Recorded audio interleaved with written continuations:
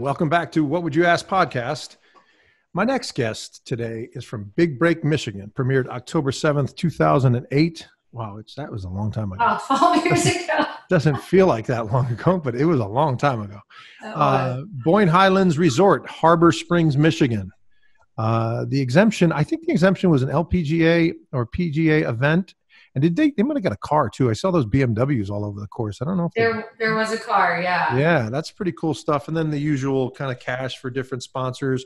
I think I remember watching, I'm not going to give you her name yet, but this couple definitely picked up $10K, and I think they split it 5 by 5, and then a cool charity donation as well. So a lot of money going around in these big break things, as you guys know.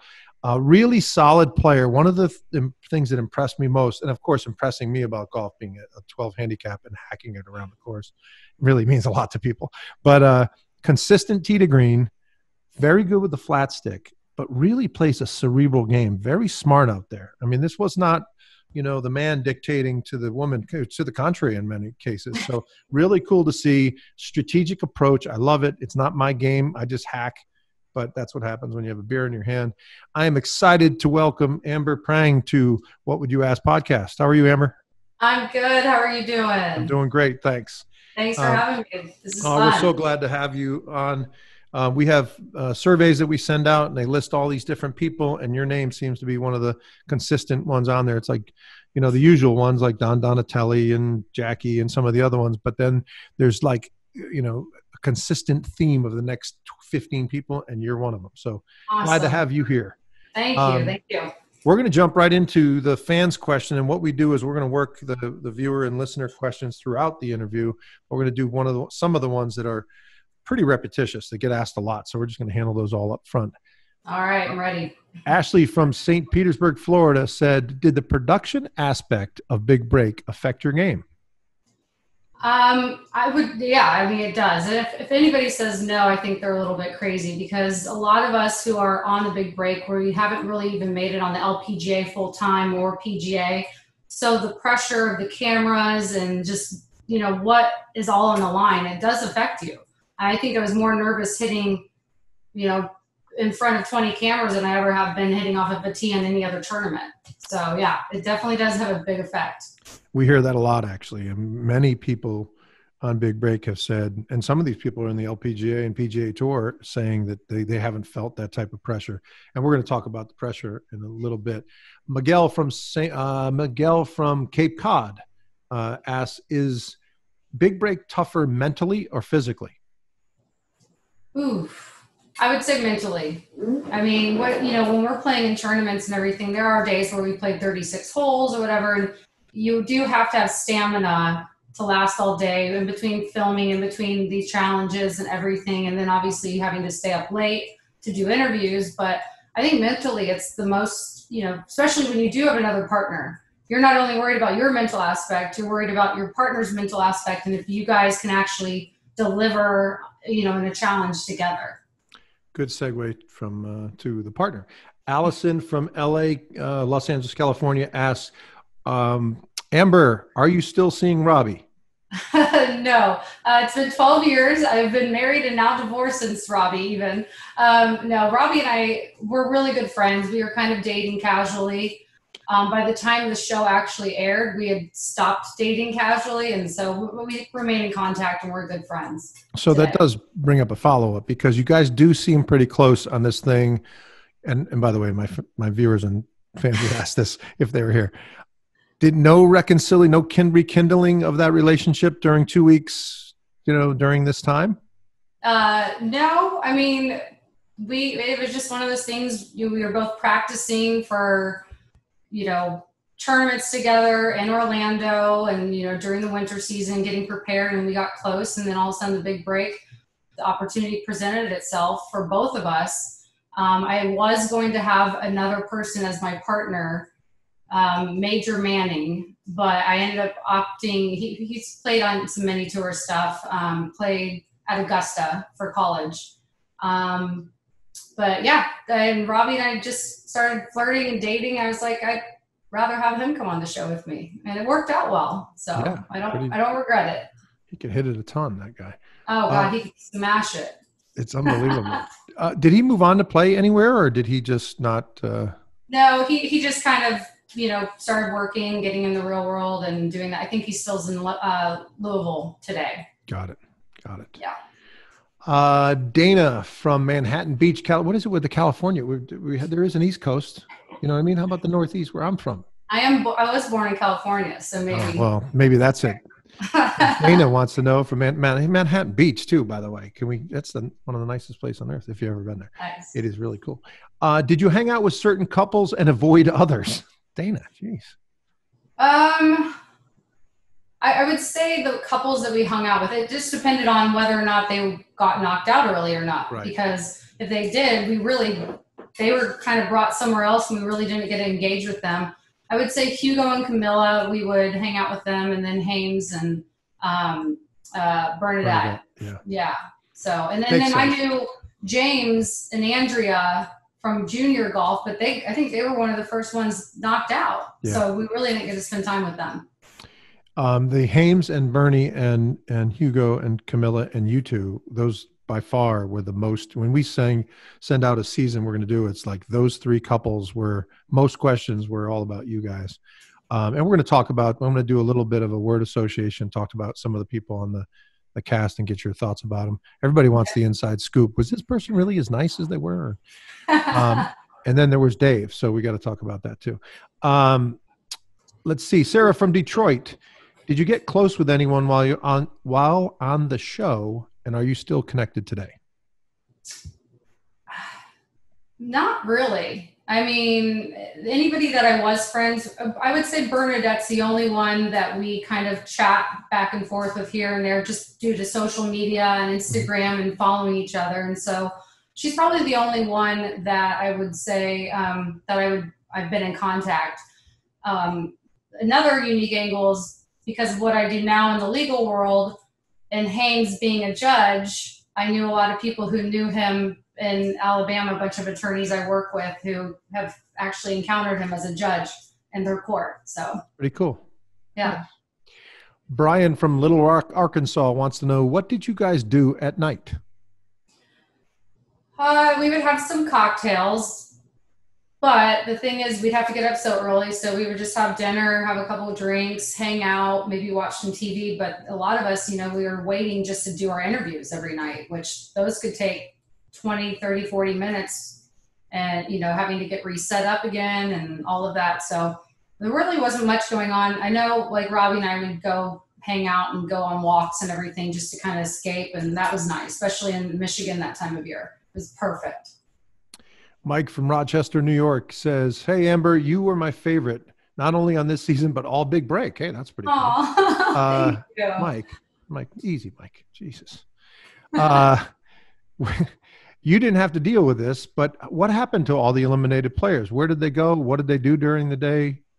That type of thing.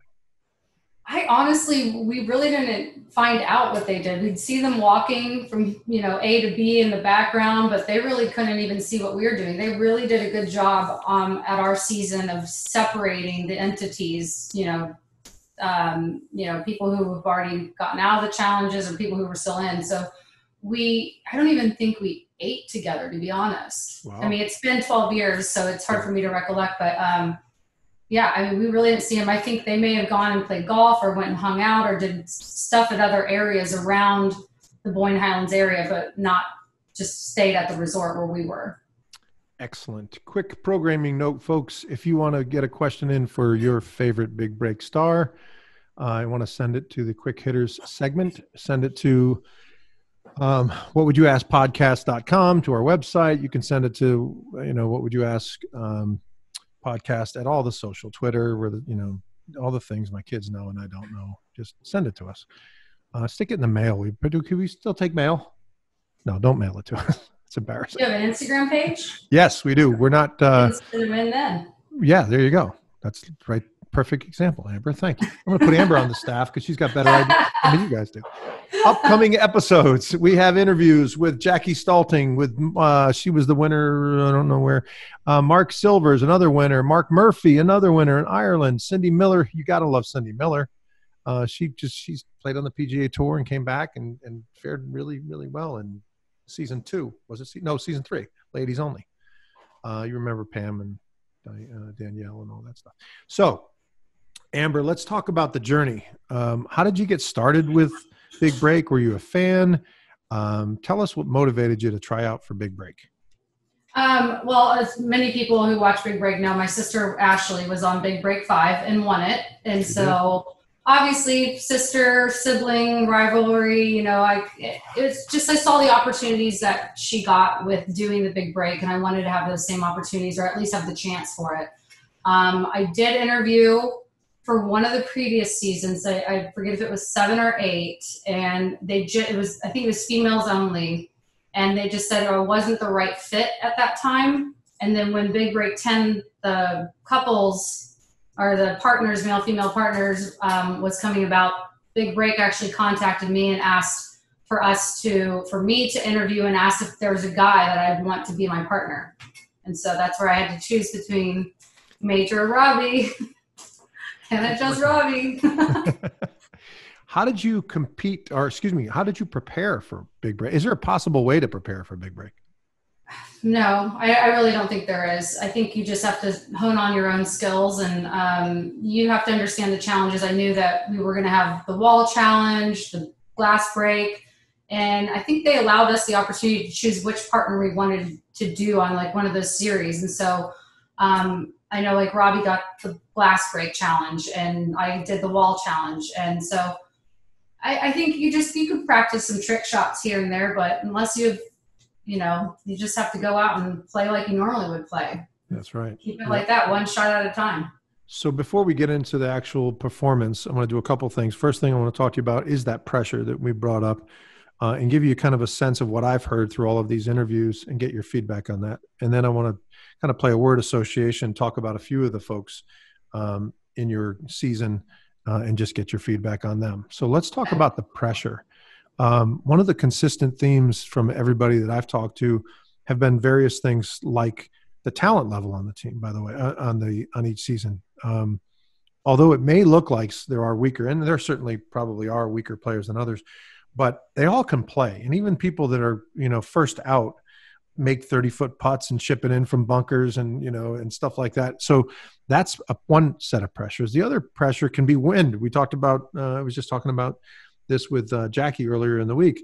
Weather is definitely a factor, wind and rain and cold and all of that stuff. It wasn't exactly 90 degrees and sunny in Michigan either, by the way. I mean, it looked like you had decent weather, but. I would say for the most part, our weather was pretty forgiving. Good. I think there was some wind a couple days, and I think there was chances of storms or some mist, but honestly, we lucked out. Good. Yeah, you did. Yeah. That's true. But then you get down to the production that you're there, right? Somebody asked the question in Quick Hitters about cameras.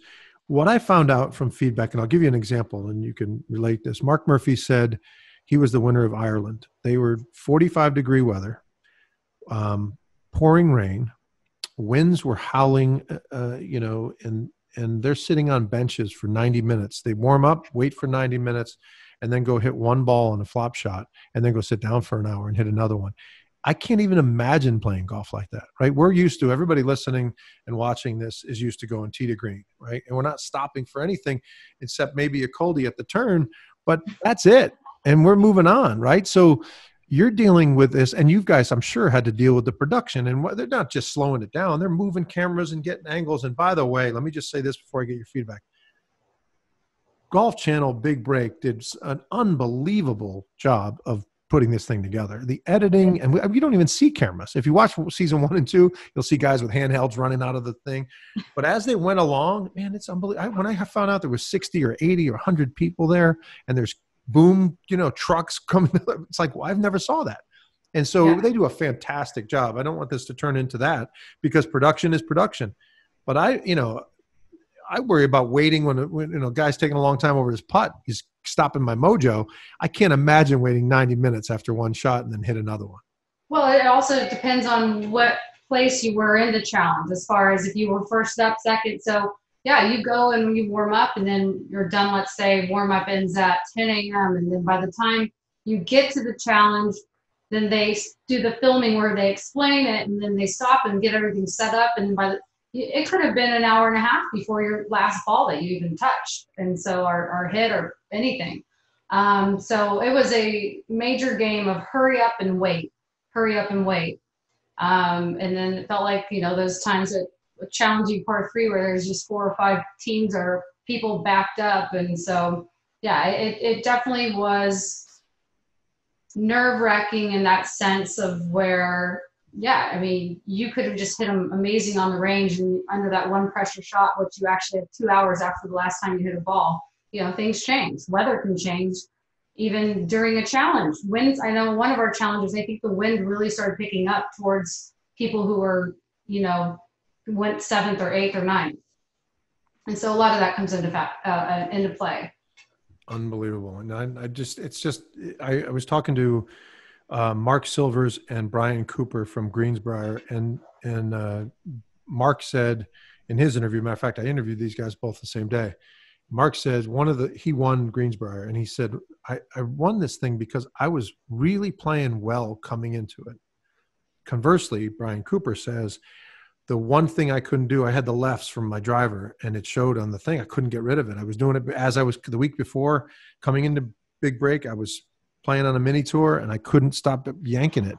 And he did it on the show. And so that kind of, part of the mental game, if you're not playing well, then you had weather and you had, production and you had cameras, and there's so many things. You wonder why these guys, even get off a shot. And, that I would, in watching last night, how consistent you were throughout this whole thing is just a testament to you, because it looks like, well, there's a foursome or twosome playing out there, and what do you expect? But when you add all of these things in there, Robbie, you can understand some of the shots that happened, right? He made that one early on that looked like me hitting that worm burner, and you're like, what? This guy hits drove a 300-yard green and hit it to 15 feet. That couldn't have happened.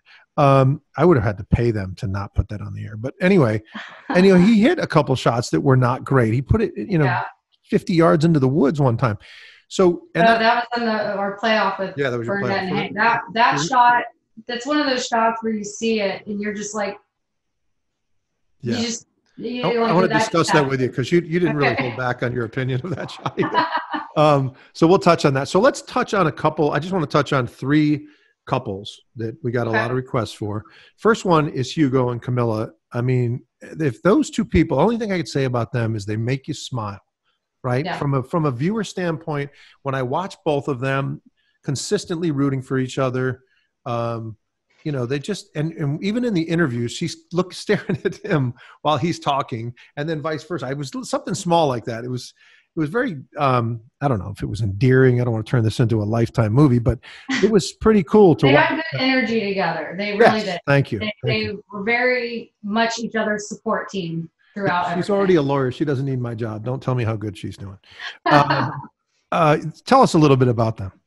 I mean, just really nice. Hugo's one of those guys that you just want to just hug and embrace because he's just so sweet. And Camilla, I mean, 5'2", cute little blonde from not Colombia. Where was she from? I forget.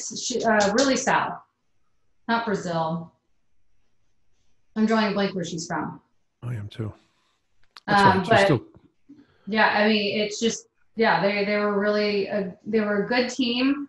They were dating a very cute couple at the time, and so I enjoyed getting to meet them. They were always very friendly, and even though there was competition, there was still like a friendship or a good kindring between the groups with them. I'm getting in my ear, ask if they're still together. I'm not sure you even know that answer. I know. They broke up a long time ago. Let's turn the mic off over there. Thank you. Conversely, there's Dave and Sally. And I'm going to give you my perspective of Dave and Sally. And mind you that I just finished watching Dominican Republic, where Dave was there too. So I'm trying to just keep this to Michigan.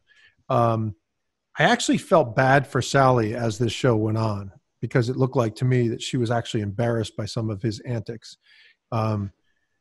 Any golfer, any golfer asking to step on, grass to pat it down. I mean, I was a hockey player, and I was a hack golfer. I still am a hack golfer. I know you can't step on, ground in any type of, tournament. And he's asking him to do that, and then tells the guy to get out of his way. And some of the things that he said and did, even the high five that he gave Rachel at one time, almost hit herself in the head with it because he hit her hand so hard. Yeah. Really inappropriate. Now, this is just my perspective. I'm not asking you to dump all over him, but how did you guys feel with that? Did that affect you in any way, his antics?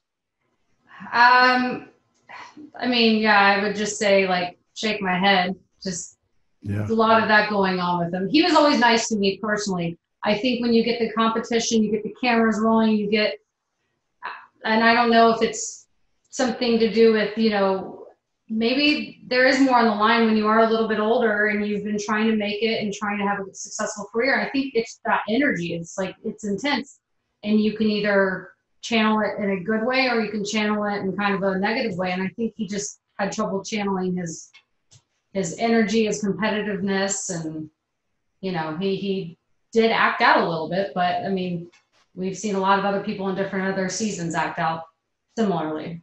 Yep.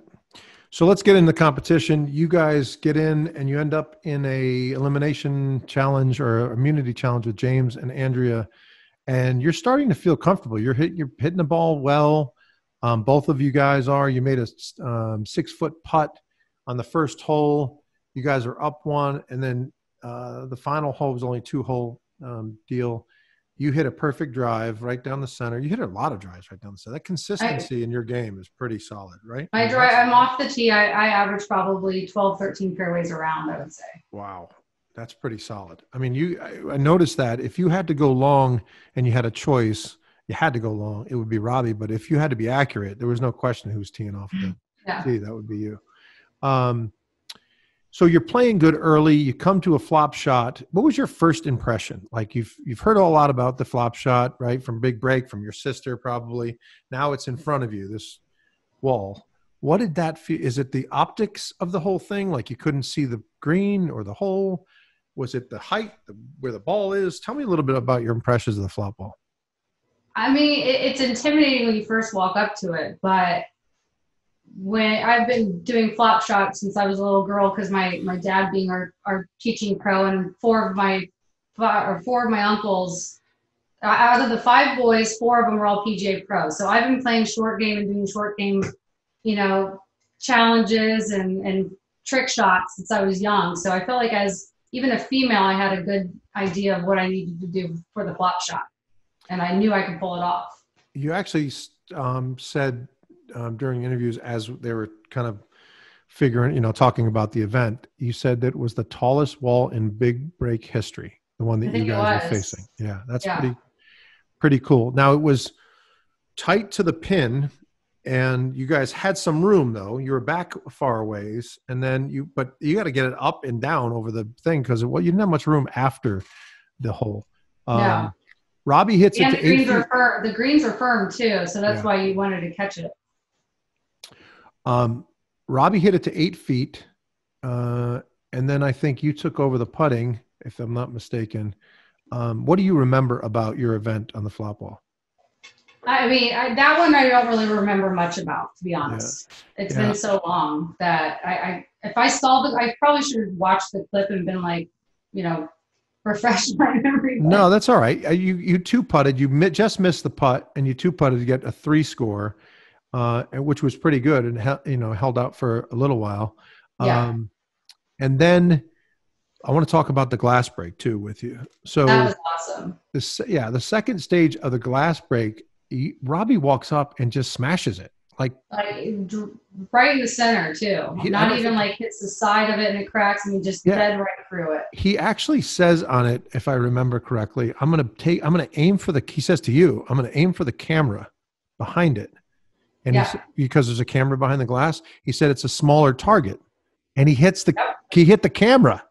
I know. I mean, you should have married that guy now, Amber. Now that I think about it, look, he picked it. No. Somebody get Robbie on the phone. Let's get these folks. Should I text him right now and tell him we're doing this interview? Hey, he could come on. I'd like to talk to him too. He's a good guy. So yeah, he smashed the camera and he said to you that I'm going to aim for that. I don't know if it was after. You could have, they could have edited that, but that was a pretty good shot. And you're right, it did explode. Well, I mean, in that you've got to have such a low trajectory that you have to have a smaller target than just kind of. Right, that makes sense. I want to talk about the elimination of Rachel and Casey. You guys go back and forth early on. You're all tied into the final location. As the par 4, right? Yes, it was it was the alternate shot, and Robbie's on the tee, and he drives the par 4. Yeah. I mean, just unloads. And that thing should be serving drinks. If it's going to be that long in the air, it definitely should be passing drinks out. And then it lands 15, 16 feet from the pin, and it's your putt. Casey, just to give you the other side of it, Casey hits it to about 10 feet, but he's not on. So they're putting for birdie. And they got I think they're inside of you, like 10 feet uphill. So if you're going to putt one of these putts, you're going to definitely want Casey and Rachel's putt, because you got a kind of sidewinder, not breaking them much, but it's 5 feet longer and there's more break in it than straight uphill. Yeah. They're looking at it. They're telling the cameras that they love the putt. They both like the angle. They see the same break. You guys are looking at the putt together, and Robbie's telling you that it's over, and you tell him to basically go pound sand. You got it. You don't need any help. And he actually says that story. He said, I was trying to help her read the putt, and she just kind of just said, get away from me. When you got the instinct and you feel it, you just know it. I mean, sometimes there's, no matter what handicap, when you know a line, sometimes you just know it. And you just have to execute. You executed. You went up there and stepped up and knocked that thing in and center cut. That was awesome. That was really awesome. That was fun. And that knocked them out. I mean, and I have to say, her face was just like, yes, yeah. Poor Casey had his mouth. He's like, I didn't even get a shot at this. I think he still wanted to putt. It's like, I know. I think he did. Put down your clubs. You're going home. And Rachel and Casey are I love them though. Rachel I've known since junior golf, so it was kind of fun to be on the show with a lot of people I knew growing up. So the next competition is a driving and then chipping competition where you hit 3 balls off the tee and then you hit 3 balls into the green. It was another immunity challenge. Yep. And you go up there and just pound 3 drives right down the middle. And Robbie's actually handing you the ball. You're just going boop, tee, like everyone. And you're saying uno, dos, and tres. And Robbie says to you, you're hanging around with Camilla too much, which I thought was a pretty good comeback. And then you say, as you're going, I still remember, like with where my drives landed, you could literally put a blanket over. Yes. The first 2 are 3 feet apart, and the other one's maybe 5 feet from that. And they're all right around the same distance. It was that little draw, dog leg, just a little bit, yeah. So you say coming down the fairway because I forgot the host's name. Billy Ray. Is it Billy Ray doing that one? I think it was. He says she's pounding the ball. And as soon as he's done saying that, you say, I want to read it what you said because it was pretty funny. You said, you weren't swinging 100% because you didn't need to. That's what you said right after one of the hosts said, she's pounding it right down the middle. And you go, well, maybe not so much pounding it because you didn't go 100% at it. I think it was just an accuracy competition off the tee. Well, I think after that, Robbie had to shoot into the green and get into the circle. Yes, one of those balls. Yeah, all 3 of them. All 3 of them, that's right. The first one he missed, and you looked at him like, I suggest you get the second 2 in. I did my part. Could you please deliver? And he did deliver the second 2 with no questions, right in the middle. So it looked awesome, and you guys were on, in immunity and safe. That kind of consistency from you guys, picking each other up, really got you to the final 3 you were, right? You got to the last show, and I don't know how they filmed that, but it was, show 10 on out of 11. Did they film that both? So you played Haim and Bernie. Yeah. You had a 7 hole. It was a 3 or 4 hole match. I think it was 7. No, I know it was 7. 7. It was 7. And it was you 2 first, you and Bernie for 2 holes, Robbie and Haim for the next 2 holes. Then it was alternate. And then alternate, and that's where the wheels fell off on the par 5. Yes. So I'm wondering, did you know, and you might not remember, this was a million years ago, but the winner, Haim and Bernie, end up taking on Hugo and Camilla. Is that the next day? Do you know? Yeah, that was the next day. And you guys stay over and hang around for that final and all that, and probably. Yeah, right? we walked. Everybody, all the contestants, I think, may have walked that and watched the competition. Okay, I think you're right. Even the people who were out were allowed back to come watch it, but obviously we had to sign NDAs and whatnot, so we wouldn't discuss the results. And probably back then you were like, what is all this legal jargon? I hate this. And now I could have gone around it. That's good. I like that. All right. So let's talk about the competition. My opinion early on, the 3 groups that got to the end were the 3 groups that had a chance to win it. And I would tell you, if I was a betting man, and I am, I would have put it on Hames and Bernie. And not because I just be purely because I think they would win. I would prefer you 2 other groups, not that those people are bad, but I was definitely pulling for you and Robbie and also Hugo and Camilla. Just looked like you guys got along better. And then what was their relationship too with Hames and Bernie? Just friends. Okay. Just good friends. That's right. Yeah. She could play too, by the way. She's a little rock star look right now. She's tatted up and she's like a rock mom. Wow. Yeah. It's awesome. So she's doing really, really good. She does photography, I think, and some other stuff. That's really cool. That's awesome. So you guys, you go out and you're facing her early. You're on first hole. You both go down the middle of the fairway. You both get on. You're on about 30 feet to, and you both end up with pars, right? So it's we have that hole. Right. And then the next hole, you drive down the middle, but you're in and out of a bunker, goes in the bunker, comes out, if you remember that. Then good chip. And then she gets closer. She's close to the hole and knocks it in. So you're 1 down. That happens. Okay. So it's 1 down after 2. Robbie comes up. So he's got the next 2 holes. And it's really, that hole ended up being it was back and forth. It wasn't a pretty hole. Let's just put it that way. It was like it was like the ugly hole competition. I don't know how else to say that. They were all over the place, but you guys end up winning it. Like Hames is in the bunker. He leaves it in the bunker and it's buried and he chips it out. And then, Robbie was short, but his putt was short. And then he hit it by the hole. It's like nobody wanted to win the hole. So, there you are. Sorry, my other computer monitor. No worries. And so you guys end up winning it, bring it back all square. Going into the 4th, Robbie ends up winning it. He's down the middle. Hames is laying up. It's on that par 5. I don't know if you remember that, but it's par 5. Robbie actually goes for it. He's on the side of the green. Hames has to lay up, and he's short. He 2 putts. Robbie hits it in, and so you guys are now 1 up. Yep. They come back, win hole 5. That was the one that. Yeah. So that's what I want you to tell us about. Your mood definitely changed on that hole. Tell us a little bit about what happened on hole 5.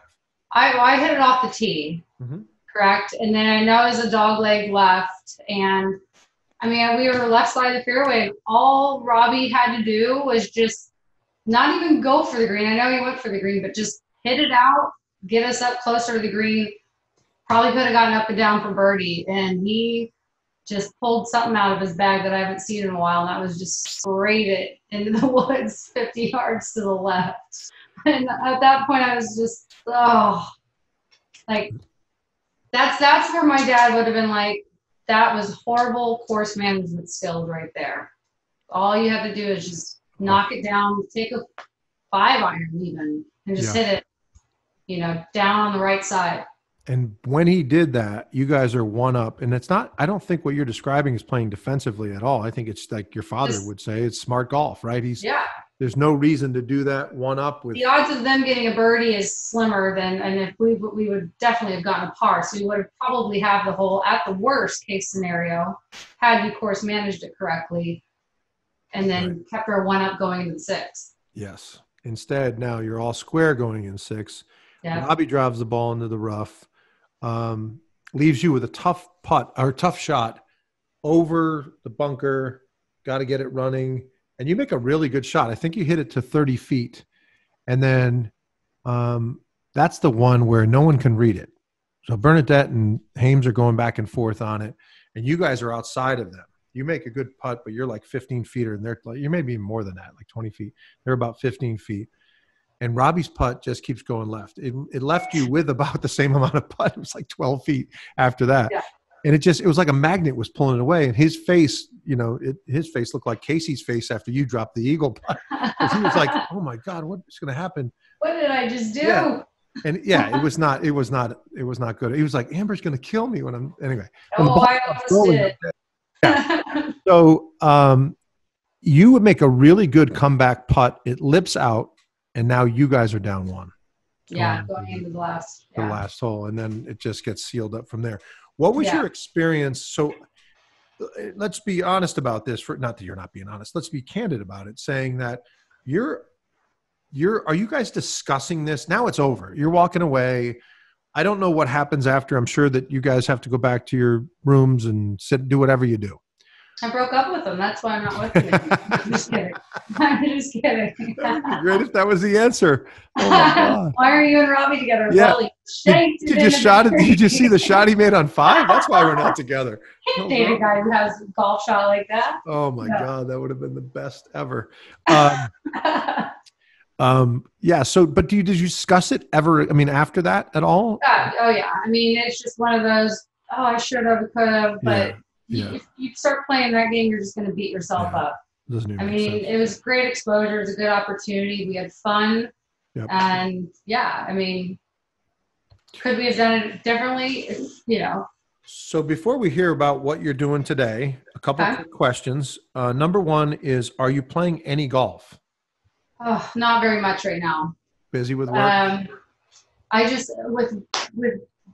I'm a lawyer now, and so the whole going through law school and then actually becoming an attorney and that process, I mean, that's about 5 years before start to finish. Didn't have a lot of time. I'll play occasionally with work functions and get invited to play in outings. I want to start playing a lot more though. I joke around, I'm a little picky when it comes to playing, especially in Texas in the summer. If it's over 95, I'm not going out there. And if it's colder than 65, I don't want to play. We got this question a lot. Why weren't Amber or Robbie asked to play on any other big break? Were you asked to play on any kind of big break, or did you probably got too far to the end, right? They don't usually do that. Like, well, I could be wrong, or I could have.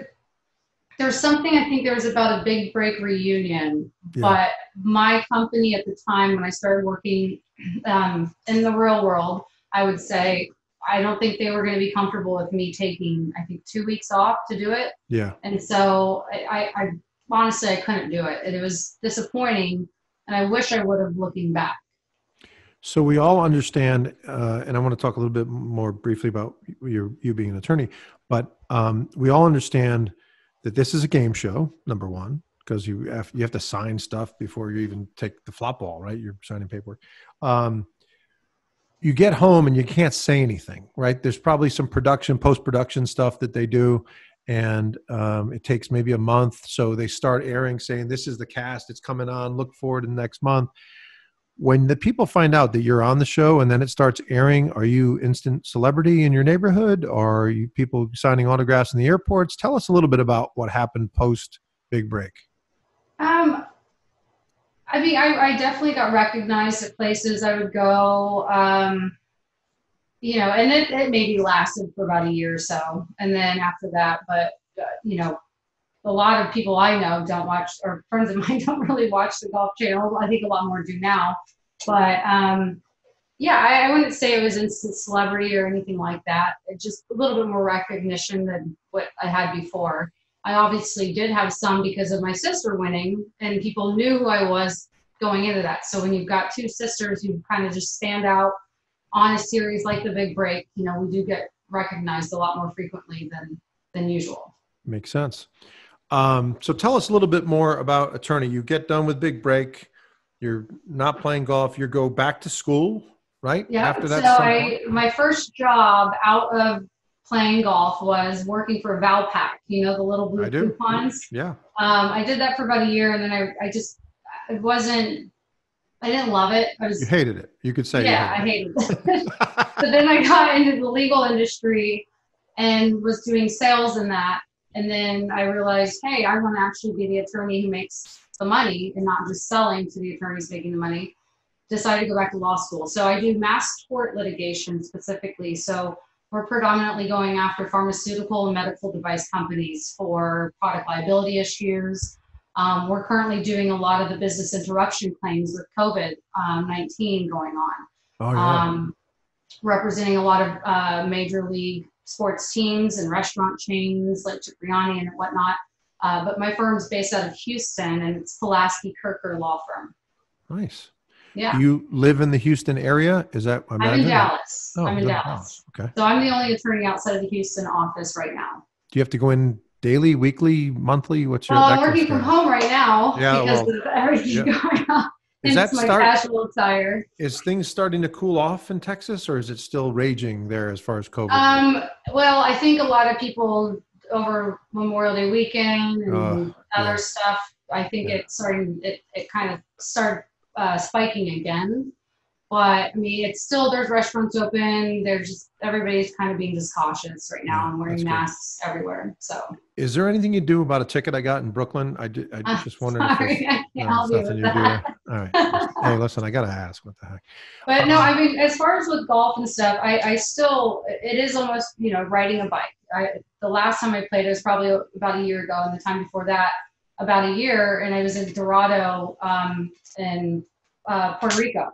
And I went out with the club champ there, Pepe, and ended up beating him I shot 71. It was my first time even touching a club in about a year. So I feel like I'm going to be fine when I start playing again.